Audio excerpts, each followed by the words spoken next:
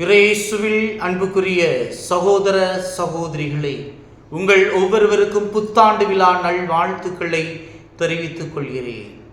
பிரியமானவர்களே, இன்று 3 விழாக்களை நாம் கொண்டாடுகின்றோம். மரியாள் கடவுளின் தாய், ஆண்டவர் இயேசுவுக்கு இன்று இயேசு என்ற பெயரிட்ட நாள். 3வதாக புத்தாண்டு விழா.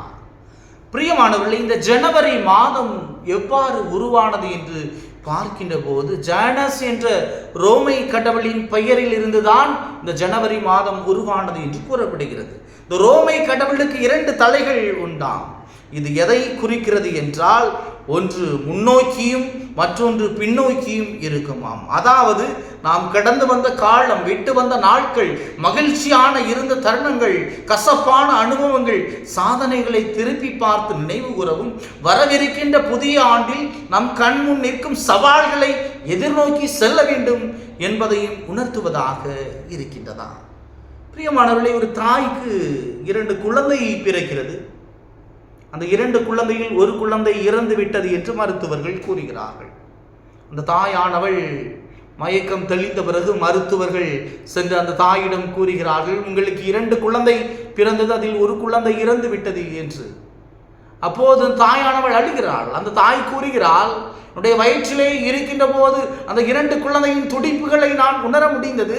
எனக்கு சுகப்பிரசவம் தானே ஆனது, எப்படி ஒரு குழந்தை இறந்தது என்று அந்த தாயானவள் கேட்பவளாக இருக்கிறார். அந்த ஒரு குழந்தையை என்னிடம் தாருங்கள் என்று அந்த தாயானவள் கேட்கிறார். செவிலியர்கள் அந்த குழந்தையை தாயிடம் கொடுக்கிறார்கள். அந்த தாயானவள் அந்த குழந்தையை தன் மார்போடு அணைத்து அரவணைத்து தடவி அழுபவளாக இருக்கிறார். திடீரென்று பார்க்கிறார்கள், ஒரு குழந்தையின் அழுகுரல் கேட்கிறது. அனைவரும் உயிரோடு இருக்கின்ற அந்த குழந்தையை பார்க்கிறார்கள். ஆனால் இந்த தாய் மட்டும் தன்னுடைய மார்போடு அணைத்திருக்கின்ற குழந்தையை பார்க்கிறாள். அந்த குழந்தையானது அழுகிறது. பிரியமானவர்களே, ஒரு தாயின் அரவணைப்பு, கொஞ்சல்கள், பாதுகாப்பு அந்த குழந்தைக்கு உயிரை கொடுப்பதாக இருப்பதை நாம் பார்க்க முடிகிறது. பிரியமானவர்களே, ஒரு யூத பழமொழி ஒன்று உண்டு.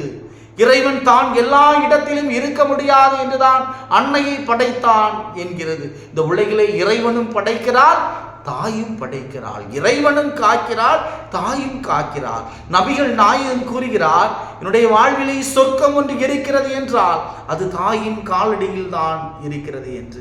எனவேதான் ஆண்டின் தொடக்க நாளிலே திரு அவை அன்னை கன்னிமரியாளை கடவுளின் தாய் என்று கொண்டாடுகிறது. இந்த புதிய ஆண்டை அன்னையின் கரத்திலே கொடுத்து தாங்குகின்றது. ஒரு தாயானவள் அன்பை தரக்கூடியவளாக, ஒரு தாயானவள் நம்பிக்கை தரக்கூடியவளாக, ஒரு தாயானவள் பாதுகாப்பை தரக்கூடியவளாக இருக்கின்றாள் என்பதைத்தான் இன்றைய நாளிலே சுட்டி காட்டுவதாக இருக்கிறது. எசையா புத்தகம் 66வது அதிகாரம் 13வது வசனம் கூறுகிறது, தாய் தன் பிள்ளையை தேற்றுவது போல் நான் உங்களை தேற்றுவேன், எருசலேமில் நீங்கள் தேற்றப்படுவீர்கள் என்று. அன்பு உறவுகளை, 5ஆம் நூற்றாண்டின் தொடக்கத்திலே நெஸ்டோரியஸ் என்ற ஒரு ஆயர் இருந்தார். அவர் மரியாவை இயேசுவின் தாய் மட்டும்தான், இறைவனின் தாய் இல்லை என்று கூறினார். கிபி 431ஆம் ஆண்டு எபேசு நகரில் கூறிய பொதுச்சங்கமானது கடுமையாக எதிர்த்து விவாதித்து மரியாள் கடவுளின் தாய் என்று பிரகடனம் செய்தது. அன்று முதல் இன்று வரை அன்னை மரியாவை இறைவனின் தாய் என்று அன்னையாம் திருவை கொண்டாடி வருகிறது. ஆண்டின் முதல் நாளிலே நாம் அன்னையை கொண்டாடும் இந்த நேரத்திலே, அன்று காணா ஒரு திருமணத்திலே அக்குடும்பத்திலே திருமண விருந்திலே ரசம் தீர்ந்த போது அக்குடும்பத்திற்காக தன் மகனிடம் பரிந்து பேசிய அந்த தாய், இன்றைய நாளிலே ஆண்டின் தொடக்க நாளிலே நம் ஒவ்வொரு குடும்பத்திற்காக அன்னையானவள் தம் மகனிடம் பரிந்து பேசுகின்ற அன்னையாக இருப்பதை நாம் பார்க்க முடிகிறது. பரிந்து பேசி நமக்கு ஆண்டின் தொடக்க நாளிலே ஆசீர்வாதங்களை வாரி வழங்குகின்ற அன்னையாக இருக்கிறார். பிரியமானவர்களே, இந்த முதல் வாசகம் எண்ணிக்கை நூலிலிருந்து எடுக்கப்பட்டது. இந்த வாசகத்தை பார்க்கின்ற போது தீமையிலிருந்து காக்கின்றார். வாசகத்திலே பார்க்கின்ற போது, ஆண்டவர் உனக்கு ஆசி வழங்கி உன்னை காப்பாராக. கடவுள் ஆரோன் வழியாக இஸ்ராயேல் மக்களுக்கு வழங்கி ஆசீர்வாதத்தை இறைவன் இன்று தன் தாயின் வழியாக நமக்கு வழங்குபவராக இருக்கின்றார். 2வதாக அருளை பொழிகின்றார். அன்னையானவள் அருள் ஆசி தந்தை நம்மை நிரப்புகிறார். ஆண்டவர் தம் திருமுகத்தை உங்கள் மேல் ஒளிரச் செய்து அருள் புரிவாராக என்று கூறப்படுகிறது. மூன்றாவதாக அமைதியை பொழிகிறார். தம் தூய திருமுகத்தை உன்மேல் திருப்பி உனக்கு அமைதி அருள்வாராக என்று கூறப்படுகிறது. திருப்பாடல்கள் 131 2வது வசனம் கூறுகிறது, என் நெஞ்சம் நிறையும் அமைதியும் கொண்டுள்ளது, தாய்மடி தவழும் குழந்தை என என் நெஞ்சம் எனக்காய் அமைதியாய் உள்ளது என்று கூறப்படுகிறது. பொதுவாக நல்ல நாட்களிலே, பிறந்த நாட்களிலே, திருமண நாட்களிலே அல்லது நாம் முதல் நாள் வேலைக்கு செல்கின்ற போது வீட்டில் உள்ள பெரியவர்களிடம் சென்று ஆசீர்வாதம் வாங்குவதை நம் முன்னோர்கள் அல்லது நம் தாய் தந்தையர்கள் வழக்கமாக வைத்திருந்தார்.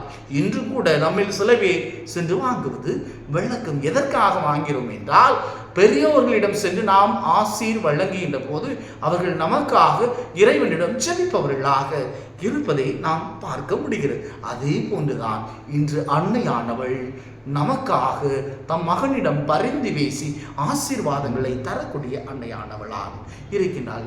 அன்புறவுகளே, இன்றைய நாளிலே நாம் பெற்றோரை நினைத்து பார்ப்போம். நம் பெற்றோருக்கு எவ்வாறு மரியாதை கொடுக்கின்றோம், நம் அன்னைக்கு எவ்வாறு மரியாதை கொடுக்கின்றோம். விவிலியம் கூறுகிறது, உன் தாயின் பேறுகால வேதனையை நீ ஒருபோதும் மறவாதே என்று கூறுகிறது.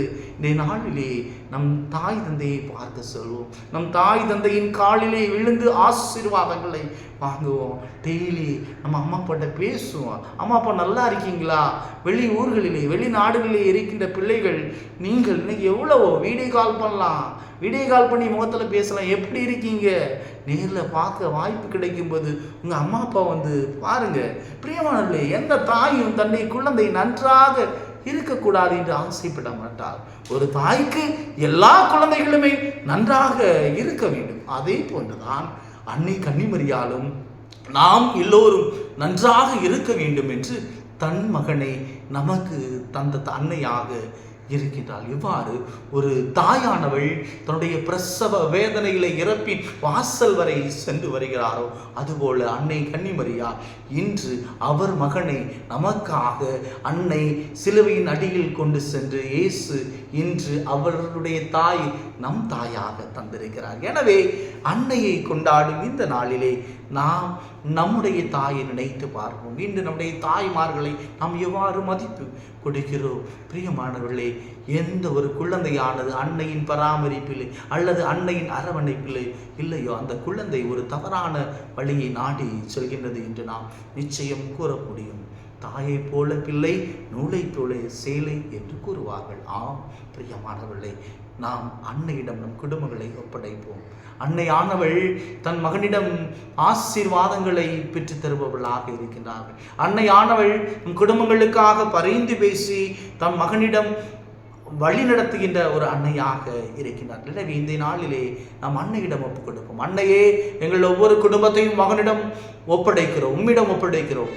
தாயே, நீரும் மகனிடம் பரிந்து பேசி எங்கள் குடும்பங்களுக்கு ஆசீர்வாதங்களை பெற்றுத்தர வேண்டும் என கெஞ்சி கொண்டாடுகிறோம். அன்பு தாயே, அன்னை கன்னிமரியாளே, எங்கள் குடும்பங்கள் ஒவ்வொன்றையும் உன் பாதத்திலே ஒப்புக் கொடுத்து ஜெபிக்கிறோம். இன்று முதல் நான் உங்களை ஆசீர்வதிப்பேன் என்று கூறிய அன்னையே, எங்கள் ஒவ்வொரு குடும்பத்திற்கும் உன் மகன் வழியாக ஆசீர்வாதங்களை பெற்றுத்தாரும் இயேசுவே.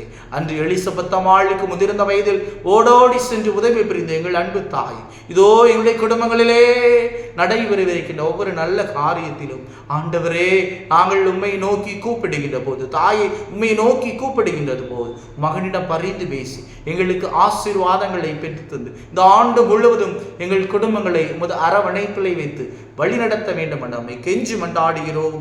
ஆமென்.